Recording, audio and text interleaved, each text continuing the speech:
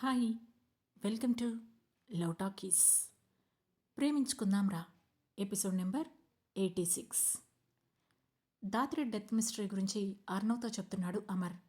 2 times Michael తనని reject చేయడం వల్ల ఒక కైండ్ ఆఫ్ ఇన్సెక్యూరిటీ ఫీలింగ్కి లోనై డిప్రెషన్లోకి వెళ్ళిపోయింది ధాత్రి. తను నాకు కాలేజ్ ఫ్రెండ్ అవడం, మేం క్లోజ్గా మూవ్ అవ్వడం వల్ల తనని నేను థెరపీ సెషన్స్కి తీసుకువెళ్తూ మామూలు మనిషిగా చేయడానికి ట్రై చేశాను. ఈ ప్రాసెస్లో మేమిద్దరం ఒకరినొకరు లవ్ చేసుకున్నాం. బట్ ఎప్పుడూ కన్ఫెస్ చేసుకోలేదు. ఆ విషయం మీ ఫాదర్కి తెలిసి దాత్రిని హౌస్ అరెస్ట్ చేశారు. ఆ టైంలో తను మీ ఫాదర్ పీసీని ఒకరోజు యాక్సెస్ చేస్తుంటే అందులో తన న్యూడ్ వీడియోస్తో పాటు తనని మీ ఫాదర్ సెక్షువల్గా అబ్యూస్ చేస్తున్న వీడియో కూడా కనిపించి మెంటల్గా చాలా డిస్టర్బ్ అయింది. ఆ విషయం మీ ఫాదర్కి తెలిస్తే తనను చంపేస్తారని, ఎలాగైనా బయటపడాలని కాల్ చేసి ఇండియాలో ఉన్న మిమ్మల్ని రీచ్ అవ్వడానికి మైకేల్ హెల్ప్ అడిగింది. మైకేల్ కూడా హెల్ప్ చేయడానికి అంతా సెట్ చేశాడు. కానీ దాత్రి ఆ రోజు ఇంటి నుండి బయటికి రాలేదు. ఎందుకంటే అప్పటికే తను మైకేల్ హెల్ప్ అడిగిందని తెలిసి ధాత్రి ఠాకూర్ని చంపేసి అది సూసైడ్ అని పోర్ట్రే చేయడానికి ట్రై చేస్తున్నాడు ముఖేష్. అందుకే దాత్రికి అటాప్సీ జరగలేదు. మీ రిలీజియస్ బిలీఫ్స్ని పక్కన పెట్టి త్వరగా కరణాన్ని పూర్తి చేశారు. బట్ ఈ కేసు మనందరికీ తెలియకపోయినా దాత్రి గురించి మీడియాలో వచ్చి చులకన అవ్వకూడదని ఆ కాల్ రికార్డింగ్ అంతా డిలీట్ చేయించి మీ ఫాదర్ని ఎలా దెబ్బతీయాలనే విధంగా తన ప్లాన్స్ మొదలుపెట్టాడు మైకేల్. తను ఆల్మోస్ట్ ఓడిపోతున్న ప్రతిసారి మిమ్మల్ని మైకేల్ మీదకి ఉసుగొల్పి అతనే దాత్రిని చంపినట్లుగా మిమ్మల్ని రెచ్చగొట్టి అటు మైకేల్కి ఇటు మీకు ప్రశాంతతను లేకుండా చేసి తన బుల్ ఫైట్ను కొనసాగిస్తూ వచ్చాడు ముఖేష్. కాకపోతే ఇదే టైంలో మైకేల్ వాళ్ళ గ్రాండ్ మదర్ క్యాన్సర్ వల్ల చనిపోవడం, అతనికి క్యాన్సర్ను క్యూర్ చేయాలనే అంశం మీద దృష్టి కలిగి ఇండియాలో ఎక్కువగా డెత్ కేసెస్ ఇంక్రీజ్ అవుతున్నాయని తెలుసుకొని ఆ ట్రీట్మెంట్ను ఇండియాలోకి తీసుకొచ్చేలాగా తన ప్లాన్ రెడీ చేసుకున్నాడు. కానీ ఆ విషయం ముఖేష్కి తెలిసి వాటి ప్లానింగ్ దగ్గర నుండి పర్మిషన్స్ వరకు మీ ఆస్తిని అడుగడుగునా లంచాలకు వదిలేసి మరీ అడ్డుపడుతున్నాడు. తను అడ్డుపడమే కాకుండా మిమ్మల్ని కూడా అడ్డుపడేలా చేస్తూ ఫార్మా ఇండస్ట్రీస్ అందరినీ మైకేల్కి యాంటీగా నిలబెట్టాడు. కానీ ఎప్పుడైతే తను అనుకోని పరిస్థితుల్లో శ్రీనిధిని పెళ్లి చేసుకున్నాడో అక్కడ ముఖేష్ ఫ్రజైల్ ఈగో హర్ట్ అయింది. శ్రీనిధి లాంటి స్మార్ట్ అండ్ టెక్నికల్ స్కిల్స్ ఉన్న అమ్మాయిని మీకు పెళ్లి చేయాల్సింది పోయి తను మీకు ఆపోజిట్గా ఉండడం వల్ల వార్ వన్ సైడ్ అవుతుందని గ్రహించి ఇంటర్నల్గా మైకేల్ మీద కావాలనే ఫాల్స్ కేసులు వేసి ఇంటెలిజెన్స్కి ఇన్ఫర్మేషన్ పాస్ అయ్యేలా చేశాడు.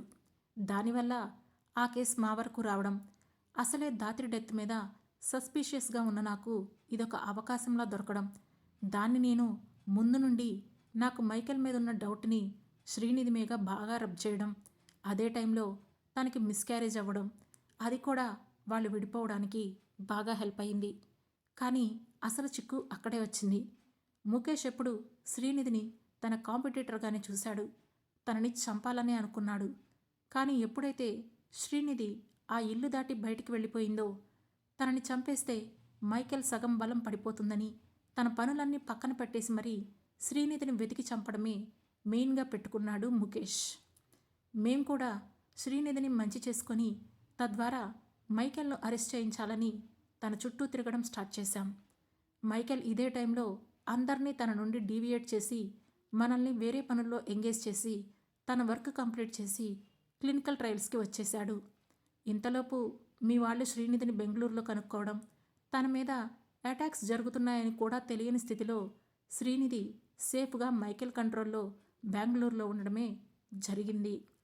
కానీ ఎప్పుడైతే ఇది వర్కౌట్ అయ్యేలా లేదని మేము ప్లాన్ మార్చి శ్రీనిధిని ఎమోషనల్గా లాక్ చేయాలని ట్రై చేశామో అప్పుడే శ్రీనిధిని మాకెవ్వరికీ అందకుండా మళ్ళీ తన దగ్గరకు తీసుకుని వెళ్ళిపోయాడు మైకేల్.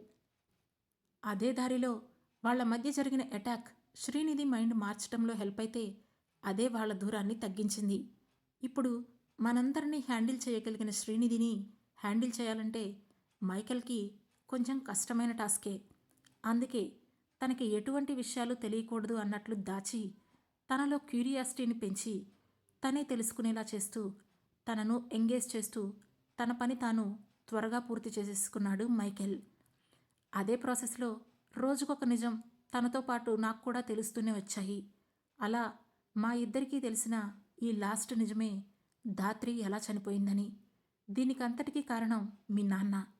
పిల్లల్ని పగ కోసం, పరువు కోసం వాడే మనిషి, ది మాన్స్టర్ అని పిడికిలి బిగిస్తూ అన్నాడు అమర్.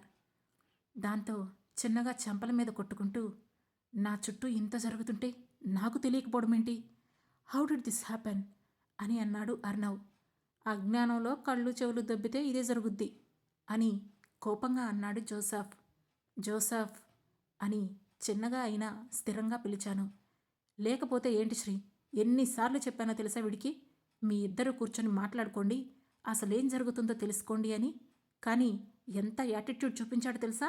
కానీ ఇప్పుడొచ్చి నేను వేదవని, వెర్రి పుష్పాన్ని అంటే 6 నెలలుగా చెల్లి నుండి ఒక్క ఫోన్ కూడా రానప్పుడు అసలు తను ఎలాంటి పరిస్థితుల్లో ఉందో కూడా ఊహించలేవా? నువ్వు ఇంటికి రాకముందే తన బాడీని కప్పెట్టేస్తే ఎందుకు అని అడగలేకపోయావా? సూసైడ్ తర్వాత పోస్ట్ మార్టం చెయ్యకపోతే ఊరుకున్నావా? నువ్వు చాలా తెలివైనవాడివని ఫీల్ అవుతూ ఉంటావు కానీ నీ బలహీనత నీ ఎమోషన్స్ అన్నావు. ఆ బలహీనత లేకే మా అన్నయ్య టాప్లో ఉన్నాడు. నువ్వు మీ నాన్న చేతుల్లో కీలుబొమ్మవయ్యావు. అండ్ యూ మిస్సెస్ నీలా ముఖేష్ ఠాకూర్, పరువంటే ఏంటి? కూతుర్ని చంపుకోవడమా? కొడుకునేమో మీ కూతురికి హెల్ప్ చేయాలని చూసిన వాళ్లపైకి మర్డర్ అటెంప్ట్ చేసేలా చేయడమా? తెలిసి కూడా నిజాన్ని దాస్తే పాపమని అంటారు. గంటలు గంటలు పూజలు చేయడం కాదు, అధర్మంగా జీవించకుండా ఉండాలి. అప్పుడు అదే మీకు రక్షణనిస్తుంది అని కోపంగా చెప్పాడు జోసఫ్. మేబీ నాకు తెలిసిన స్టోరీ చాలా చిన్నది. అందులో నాది మైకేల్ ప్రేమ కథ, మా పిల్లలు, ఆ టైంలో వచ్చిన ఇష్యూస్ అంతే తెలుసు. కానీ జోసఫ్కి తెలిసిన కథ పెద్దది. వాళ్ళన్న పడిన కష్టాలన్నీ నాకంటే ముందు నుండి దగ్గరగా చూస్తున్నాడుగా, అందుకేనేమో ఆ కోపం. బెటర్, ఇప్పటికైనా మించిపోయిందేమీ లేదు. పోలీసులకి మీ వాంగ్మూలం ఇవ్వండి. ఆ నా కొడుక్కి ఉరిశిక్ష పడిపోవాలి అని ఆవేశంగా అన్నాడు జోసఫ్. వాళ్ళు ఇవ్వకపోయినా తనను అరెస్ట్ చేసే ప్రూఫ్స్ మా దగ్గర ఉన్నాయి మిస్టర్ జోసఫ్. కానీ ఆ ప్రూఫ్స్ని నేనే కాల్ చేశాను అని లైటర్ తీసి తన దగ్గరున్న ఫైల్స్కి అంటిస్తూ చెప్పాడు అమర్. అది చూసిన నేను షాక్ అవుతూ, ఆర్ యు క్రేజీ అని తన వైపు విసుగ్గా చూశాను. తనకి లాపరంగా జరిగే శిక్ష చాలా చిన్నది. తనను చంపి నేను సర్వీసెస్ నుండి బయటికి రావాలని అనుకుంటున్నాను అని స్థిరంగా చెప్పాడు అమర్. ఆ మాట వినగానే ఒక్కసారిగా అర్ణవ్ వైపు చూశాను. అతనేమీ మాట్లాడలేదు. ఇదే నేను మీ అందరికీ చెప్పాలని అనుకున్నది. అండ్ ప్లీజ్, ఇక మీదట అతన్ని కాపాడడానికి ఎవరూ హెల్ప్ చేయకండి. అతను ఎక్కడ ఉన్నాడో, తనని ఏం చేయాలో మైకేల్ చూసుకుంటాడు. బట్ అర్ణవ్, ఈ ఫార్మా అండ్ హాస్పిటల్స్ నుండి వస్తున్న రిజెక్షన్ మీరు సాల్వ్ చేయగలరా? I really need it right now అని అడిగాను. ఆ మాట వినగానే జోసఫ్ సీరియస్గా నా వైపు చూశాడు. వాళ్ళ హెల్ప్ లేకుండా చేయడానికే మైకేల్ ఇష్టపడుతున్నారు. But in the long run అది మన బిజినెస్ సస్టైనబిలిటీకి చాలా ఇబ్బంది అవుతుంది. Let's talk over this things అని అన్నాను. Sure, I will try my part. But నాకు తెలిసి వాళ్ళెవరికి మైకేల్ని ఎదిరించే ధైర్యం లేదు. వాళ్ళకి లీడర్లా ఉంటూ మార్కెట్ని పోలరైజ్ చేయడానికి ట్రై చేసింది మా ఫాదరే. సో అతనే వాళ్ళని లీడ్ చేయడానికి లేనప్పుడు ఖచ్చితంగా వాళ్ళే డైరెక్ట్గా విత్డ్రా అవుతారు అని చెప్పాడు Arnav. Okay, and me security ఏదైనా అతని వెనక ఉందా అని అడిగాను. లేదు అని చెప్పాడు అర్ణవ్. గన్స్ అని అడిగాను. 2 ఇల్లీగల్ వెపన్స్ మిస్సింగ్, మేబీ అతని దగ్గరే ఉండొచ్చు అని చెప్పాడు అర్ణవ్. ఓకే, మీ సెక్యూరిటీని కొన్ని రోజులు ఐసోలేట్ చేయండి. అతనికి వాళ్ళెవరి హెల్ప్ ఉండకూడదు. అతనికి వచ్చే మానిటరీ సప్లిమెంట్స్ని కంట్రోల్లో పెట్టండి అని చెప్పాను. సి, అతను ప్రతి ఊర్లో సొంతంగా మానిటరీ ఫండ్స్ పెట్టుకున్నారు. So it's not technically possible అని చెప్పాడు అర్ణవ్. ఓకే, మీ వైపు నుండి మీరు రెగ్యులేట్ చేయగలిగినంత వరకు చేయండి. అండ్ అమర్, మీరు నీలా ఠాకూర్ దగ్గర ఈ విషయంలో ఒక రిటర్న్ కంప్లైంట్ తీసుకొని అతని మీద పోలీస్ వారెంట్ కూడా పెట్టించండి. That could really help us అని చెప్పాను. ఓకే అని అన్నాడు అమర్. ఆ తర్వాత అందరం ఇక ఓకే అనుకొని ఎవరి మానాన వాళ్ళు విడిపోయి ఎవరి పనుల్లోకి వాళ్ళు వెళ్ళిపోయాం. నేను జోసఫ్ కారులో స్టార్ట్ అవుతుంటే అమ్మ వాళ్ళు వచ్చే టైం అందని వాళ్ళని పిక్ చేసుకోవడానికి ఎయిర్పోర్ట్కి వెళ్ళిపోయాం. వాళ్ళు దిగారు. ఆద్యని నేను తీసుకురాలేదని అమ్మ వెంటనే ఆద్యని తీసుకురాలేకపోయావా అని నన్ను చూడడమే అడిగింది. కానీ నేను మాత్రం అమ్మ పాట పట్టించుకోనట్లే నేహను చూస్తూ, నేహా నీకోసం ఎవరొచ్చారో తెలుసా? గెస్ట్ చెయ్ అని అడిగాను. ఎవరు మమ్మా అని అడిగింది నేహ. పిలకల్లో అది భలే ముద్దుగా అనిపిస్తే గట్టిగా బుగ్గలు లాగేశాను. మీ అన్నయ్య నీకోసం వెయిటింగ్. ఇప్పటికి 10 సార్లు అడిగాడు. పద వెళ్దాం అని నేహని ఎత్తుకొని డ్రైవింగ్ సీట్లో కూర్చున్నాడు జోసఫ్. అన్నయ్య ఏంటే, అడాప్ట్ చేసుకున్నారా ఎవరినైనా అని గుసగుసగా అడిగింది అమ్మ. లేదమ్మా, వాడు కూడా నా కొడుకే, జే, టెస్ట్ ట్యూబ్ బేబీలాగా అని ఫొటోస్ చూపిస్తూ చెప్పాను. కలిసొచ్చే కాలానికి నడిచొచ్చే కొడుకంటే ఇదేనేమో అక్క అని నవ్వుతూ అంది ఆరాధ్య.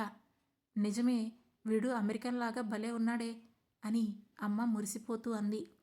అంతేకాదు, మీకు ఇంకొక మనవడు కానీ మనవరాలు కానీ రాబోతుంది ఒక 6 monthsలో అని చెప్పాను. శ్రీ, నువ్వు ఇన్ని షాకులు ఇవ్వకు నాకు. అసలే ఆ దరిద్రుడు పోవడం అనే పెద్ద సంతోషంలో ఉన్నాను నేను. ఇప్పుడే ఇది 2వ శుభవార్త. ఇన్నేళ్ల తర్వాత దేవుడికి మన మీద జాలి కలిగిందేమో అని అంది అమ్మ. లేదమ్మా, ఇంకా అని అన్నాను నేను. ఇంకా ఏం కావాలి? ఆద్యను నువ్వు ఎలాగోలా సెట్ చేసేస్తావు. ఆరాధ్యకి ఒక మంచి అబ్బాయిని చూసి పెళ్లి చేసేస్తే అయిపోతుంది, అంతే కదా అని అంది అమ్మ. అని ముభావంగా అన్నాను. అయిపోతాయిలే, కంగారు పడుకు అని చెప్పింది అమ్మ. దాంతో ఇంక లేట్ చేయకుండా అశ్విన్ చేత రాయించిన పేపర్ తీసి నేను అమ్మ చేతిలో పెట్టాను. ఏంటది అని ఓపెన్ చేసి అదంతా చదివి, ఇదేంటే, ఇదెప్పుడు జరిగింది, కనీసం నాతో చెప్పాలని అనిపించలేదా అని కోపంగా అంది అమ్మ. ఈరోజే తెలిసింది, వెతికిస్తున్నాను, దొరుకుతుంది అని బాధను గొంతులో దాచుకుంటూ చెప్పాను. ఏమైందమ్మా అంటూ ఆ పేపర్ తీసుకొని చదివి ఆరాధ్య మాత్రం కామ్గా కూర్చుంది. అమ్మ మాత్రం ఆద్యను తిట్టుకుంటూ, దీనికేం పిచ్చి పట్టింది, అసలు దాన్ని నువ్వేం వెతికించుకో, ఎక్కడికి వెళ్ళిందో, ఆ చేతిలో డబ్బులు పోతే అదే వస్తుంది, మాటి మాటికి ఇలా చేసి అసలు ఏం చేయాలనుకుంటుంది అని అమ్మ కోపంగా ఆద్యను తిడుతోంది. అందరం మౌనంగా ఉంటే ఇంటి ముందు కారాపి నేహను తీసుకుని లోపలికి వెళ్ళాడు జోసఫ్. నువ్వు లోపలికి పదమ్మా, నేను లగేజ్ తీసుకొస్తాను అని చెప్పాను నేను. సరే అని లోపలికి వెళ్ళింది అమ్మ. ఇంతలో ఆరాధ్య నా పక్కన నుంచొని, ఆద్య చనిపోయిందా అక్క అని సూటిగా అడిగింది. కాదే అన్నాను. 20 ఏళ్ళు కలిసి బతికామక్క. దాని హ్యాండ్ రైటింగ్ ఇది కాదని నాకు బాగా తెలుసు. ఏదైనా నువ్వు చూసుకుంటావని తెలుసు, కానీ ఒకవేళ నిజంగా అది లేకపోతే మాత్రం ఆ విషయం అమ్మకు తెలియకుండా చూసుకో అక్క అని నన్ను హక్ చేసుకొని చెప్పింది.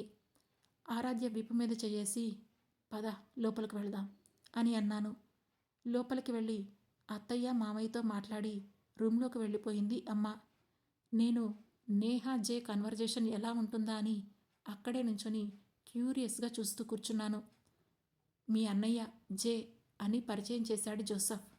వ్యాలిడేషన్ కోసం అన్నట్లు వెనక్కి తిరిగి నా వైపు చూసింది నేహ. వెంటనే ఇద్దరిని నా దగ్గరకు రమ్మని చేతులు చాచాను. పరిగెత్తుకుంటూ నా దగ్గరకు వచ్చారు జే, నేహ. నేహ నీ చెల్లి అని జేకి చెప్పి, ఈ 4 years మా అమ్మ దగ్గర నువ్వెలా ఉన్నావో అన్నయ్య డాడీ దగ్గర అలాగే ఉన్నాడు. ఇక మీదట మనందరం కలిసి ఉండబోతున్నాం అని నేహాతో చెప్పాను. అంటే నేను డాడీకి గుడ్ గర్ల్ అని ప్రూవ్ చేసుకున్నట్లు తను కూడా నీకు చేసుకున్నాడా? బుగ్గ మీద చేసుకొని అడిగింది నేహ. చేసుకున్నాడు అని చెప్పాను. ఓ, అయితే ఓకే అని జేకి ఫ్రెండ్స్ అన్నట్లుగా షేక్ హ్యాండ్ ఇచ్చింది నేహ. మేబీ వాళ్ళ రిలేషన్ ఇలా ఫ్రెండ్షిప్లా స్టార్ట్ అవ్వడమే మంచిదేమో. ప్రొటెక్టివ్గా కంటే ఎక్కువగా షేర్ చేసుకునేలా ఉంటే మంచిది అనుకున్నాను నేను. బట్ మనకి ఇంకొక చెల్లి కానీ తమ్ముడు కానీ వస్తారట అని చెప్పాడు జే. సచ్చి అని కాస్త షాకింగ్గా చూసింది నేహ నా వైపు. హా అని తలూపాను. ఐ వాంట్ చెల్లి మమ్మా అంది నేహ. బట్ నాకు బ్రదర్ కావాలి, వాడికి బ్రోకెన్ లాంగ్వేజ్లో చెప్పాడు జే. దేవుడు ఎవరిస్తే వాళ్లే అని పైకి చూపించాను నేను. ఇద్దరూ తలొక దిక్కు పరిగెత్తారు. ఒకరు బప్పాకి మొక్కుకుంటాను అంటే ఇంకొకరు జీసస్కి ప్రే చేసుకుంటాను అనుకుంటూ వెళ్ళారు. ఇక ఆ రోజంతా అమ్మను ఫేస్ చేసే ధైర్యం నాకు రాలేదు. తర్వాత రోజు పొద్దున్నే రాజేష్ శర్మ పార్థివ దేహానికి నివాళులు అర్పించడానికి స్టార్ట్ అయ్యాం. నేను, అమ్మ, ఆరాధ్య. అక్కడ ఒక్కొక్కరు ఒక్కోలా మాట్లాడుకుంటుంటే వాణ్ణి చంపింది మేమే అని కసిగా చెప్పాలని అనిపిస్తున్నా కూడా ఆ మాట చెప్పలేక మౌనంగా కూర్చున్నాను. మనకి మన చుట్టూ జరుగుతున్నవన్నీ తెలిసినా ఏమీ తెలియనట్లు నటించటం అంత ఈజీ టాస్క్ కాదని అప్పుడే నాకు కూడా తెలిసింది. వాడి కూతుర్ని ఇప్పటికైనా తీసుకుని రాలేకపోయావా? అంత కానివాళ్ళం అయిపోయావటే అని ఏడుస్తూ అడిగింది అత్త. కొడుకు చచ్చిపోయిన బాధలో ఉన్న వాళ్లకు మనవరాలు కూడా వాళ్ళది కాదని చెప్పడం ఇష్టం లేక మౌనంగా ఊరుకుండిపోయాను నేను. ఆద్య గురించి అడిగిన వాళ్ళందరికీ తనను అమెరికాలో చదువుకోవడానికి పంపించామని చెప్పమని చెప్పింది అమ్మ. తను కూడా అదే చెబుతూ వచ్చింది. ఇక అక్కడి కార్యక్రమాలన్నీ చూసుకొని ఇంటికి వచ్చేసరికి మాతో పాటే లోపలికి వచ్చింది మైకేల్ కారు కూడా. మైకేల్ని చూడగానే లోపలికి వెళ్ళాలని అనుకున్నదాన్ని కాస్త అప్రయత్నంగా మైకేల్ వైపే అడుగులు వేశాను. ఏమైంది ఆలోకే అని అడిగాను. అని చెప్పి ఇంట్లోకి వెళుతున్న అమ్మవాళ్ళ వైపు ఒకసారి చూసి నా వైపు చూశాడు మైకేల్.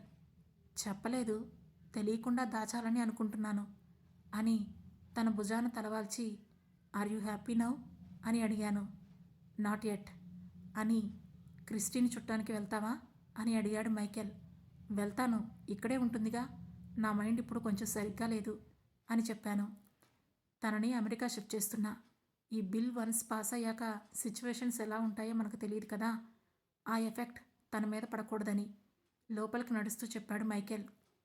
ముఖేష్కి తెలిసిందా? ఎందుకో అనుమానం వచ్చి అడిగాను. తెలీదు, బట్ హాస్పిటల్ చుట్టూ సస్పెక్ట్స్ ఎక్కువయ్యారు. సో అని భుజాలను ష్రెడ్ చేసి నేహ మైకేల్ దగ్గరకు పరిగెత్తుకుంటూ వస్తుంటే దాన్ని భుజాన వేసుకొని మెట్ల మీద నుండి రూమ్లోకి నడిచాడు మైకేల్. సరిగ్గా మా రూమ్ బయట నుంచుని ఉంది అమ్మ. అమ్మ ఏంటిక్కడ అనుకున్నాను. ఇప్పుడు అమ్మ ఆద్య గురించి మైకేల్ని అడిగితే మైకేల్ నిజం చెప్పేస్తాడేమో. అసలే ఈ మనిషికి నిజాలు దాచటం తప్ప అబద్ధాలు ఆడటం రాదు అని గోళ్లు కొరుక్కుంటూ గబగబా వెళ్ళి ఏమైందమ్మా, పద మనం నీ రూమ్లో కూర్చొని మాట్లాడుకుందాం అని అన్నాను నేను. నువ్వు ఆగవే, నేను అల్లుడు గారితో మాట్లాడాలి అని అంది అమ్మ. అతనితో ఏం మాటలుంటాయమ్మా నీకు? అతనేం మాట్లాడలే, పద అని నేను అమ్మను తీసుకొని వెళ్ళబోతుంటే వెనక నుండి నా చెయ్యి పట్టుకొని లాగి మీరు చెప్పండి అని అన్నాడు మైకేల్. అది మా చిన్నమ్మాయి ఆద్య, మీకు తెలిసే ఉంటుంది కదా. తను తప్పించుకొని వెళ్ళిపోయిందట. వెతికిస్తున్నానని శ్రీనిధి చెప్పింది. కానీ మీరైతే సరిగ్గా అన్నింటినీ చేయగలరని నా నమ్మకం. మీకు ఆద్యకు ముందు జరిగినవి పెద్ద మనసు చేసుకొని క్షమించి తనను వెతకడానికి ఏదైనా మార్గం ఉంటే చూడండి అని చెబుతూనే అమ్మ ఏడ్చేస్తుంటే నాకు కూడా ఏడుపొచ్చింది. నేను తప్పు చేస్తున్నానా అనే ప్రశ్న నా మదిని తొలిచేస్తుంటే నేను బయలగా మైకేల్ వైపు చూశాను. నేను చెప్తాను చూడమని, ఎక్కడున్నా తీసుకొచ్చి మీ ముందు పెడతాను అని చేతులు జోడించి ఏడుస్తున్న అమ్మ చేతి మీద చెయ్యి వేసి వాటిని విడదీసి, నాలాంటి వాడి దగ్గర చేతులు జోడించి మీ పెద్దరికాన్ని తగ్గించుకోవద్దు. ఇది కావాలని చెప్పండి, చేయిస్తాను, రిక్వెస్ట్ అక్కర్లేదు అని చెప్పి లోపలికి వెళ్ళిపోయాడు మైకేల్. ఇంతలో అక్క అని పిలిచింది ఆరాధ్య. అని కళ్ళు తుడుచుకుంటూ ఆరాధ్య వైపు చూశాను. బావగారు మాట్లాడడం మొదటిసారి వింటున్నాను. బావగారికి తెలుగొచ్చా అని ఆశ్చర్యంగా అడిగింది ఆరాధ్య.